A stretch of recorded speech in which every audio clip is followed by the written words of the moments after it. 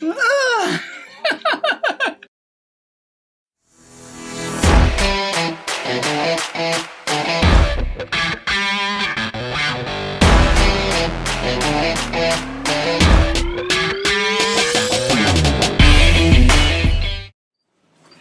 Hey, what's up guys? Welcome to Spider Cafe, place for creepy crawly talk and microphotography. And today we're gonna be going a little bit over what it takes to keep roughly 30 spiders and a few mantids, and what's involved in it, and basically what is our regular Sunday like, because we do our feeding twice a week. Usually on Wednesday I feed the smaller slings, and on Sunday we feed everybody. Sunday is also our day when we shoot our videos, so basically we can show you what it involves a little bit too. And let me get started by what I usually do first. So I usually come out here and I check all of my spiders and I see who needs to be fed. Once I see who needs to be fed, I set all of the spiders and all of their enclosures on our table, because this is where we do our shooting, and it's much easier than do it here standing. Right now we have actually a lot of tarantulas that are really hungry, because our tarantulas, and I don't know if any other keepers have the same experience, it seems like a lot of our spiders are synced, and I don't know if it has something to do with humidity or moon, you know, I have no idea, or if it's just coincidence. So once the enclosures are clean and the spiders are on the table, I go and get my feeders. This is probably the only down draw of this hobby, that you actually have to keep feeders. So for the smallest ones, I have fruit flies in here, and I usually just get them from our local pet store. We're gonna be making video on them, they're really awesome there. And for the bigger guys, I have houseflies, arboreal spiders. For even the bigger guys, arboreals, I have blue butterflies. And guys, I'm gonna give you a little romantic love tip from Spider Cafe. Sometimes I read on these forums that people would say, oh, my boyfriend or my girlfriend's gonna break up with me because, you know, I wanna get another tarantula. This is how you know it's not true. You know how you know it is true love? Is when you're opening up your fridge and a bunch of flies comes out of there and your wife just smiles at you and she knows you handle it. That's a true love, guys. Trust me on that one. Alright, so after this romance tips from Spider Cafe.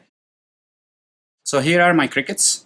They get some fresh food, then they get some cricket chow. You can buy it in any pet store. And here is some water crystals. What it is, basically, you can buy these dry crystals and you pour a little water on them and they fill up with water and the crickets drink from them, and that way they don't drown. Like I said, I don't really keep this as like a colony. I just have them. I usually buy like 12 medium, 12 large, and I keep them in here, and that's it.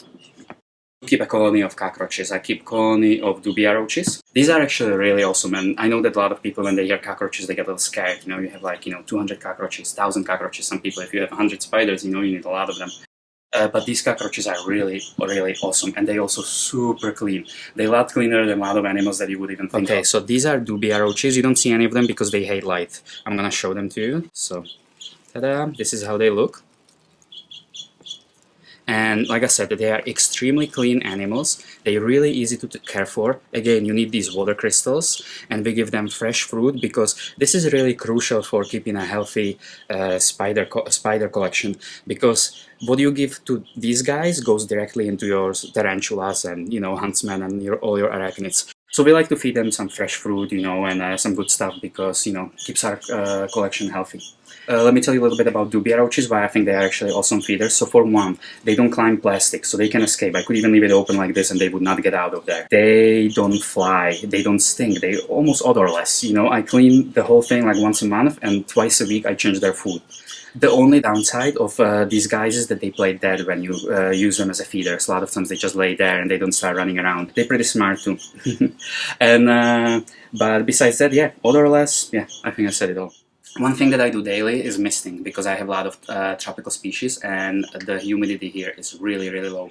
So for the tropical species, I mist them daily, and they all have also water dishes in there, so I usually refill those once a week, and I will overflow them a little bit for a lot of the species. For the slings, you can keep the humidity a little bit higher, even if it's a sling that comes from dry area, because those slings mold often, and they basically need the moisture for the mold. And sometimes, for the water too, so I don't even have to open up the enclosures, I just use syringe. All of these enclosures have ventilation holes, so basically through the ventilation hole I just use this.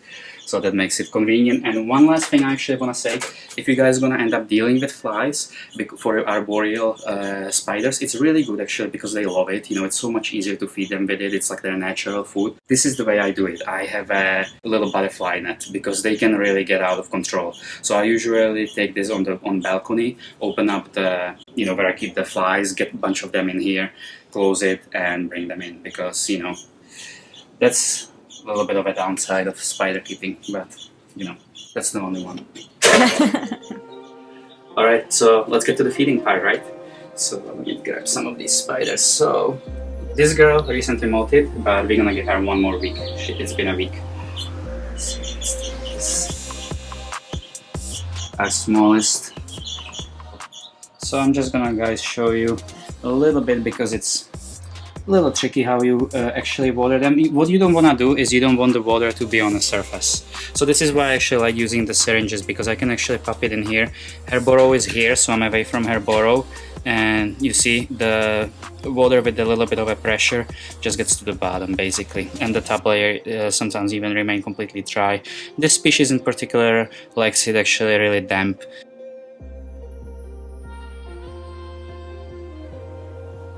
This is how I go about it, especially if it's a smaller spider. They do appreciate the humidity.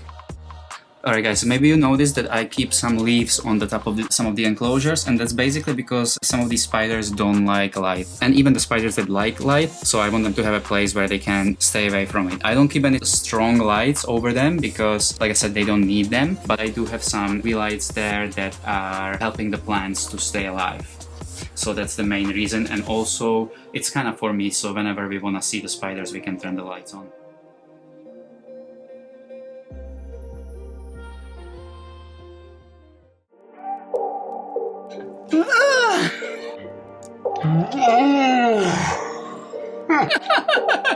Oh my gosh, she freaked me out. Oh, that's hilarious. I didn't see her, you know, so... Yeah, she was so quick. Yeah.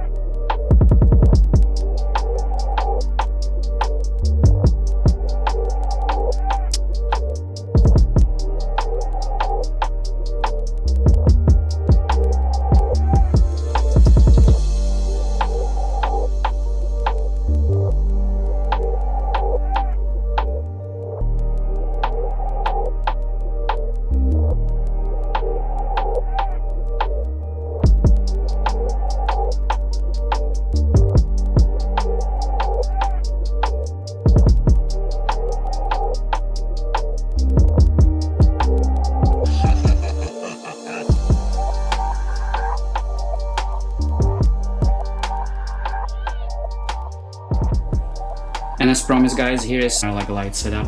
So we have one ring light and then we use these little guys. These are called Litra torches and they are amazing. They're waterproof, shock resistant, and you can buy them in packs too. So if you get a chance to get two with like a discount, go for it. And they actually come with these little diffusers already for them. So really good. The battery lasts on the lowest settings for like maybe 6 hours, and they're really powerful for such a small light. Alright guys, I hope you enjoyed this video. Our casual spider Sunday. We didn't do any rehouses this week. We have few coming up because, like I said, a lot of our tarantulas molted, so they're gonna get bigger enclosures. I like to keep them in decent sized enclosures so we can see them exploring. With a lot of hideouts, these spiders love it. Please remember to subscribe, hit the notifications button and like button. I'll see you in the next video. Alright, ciao!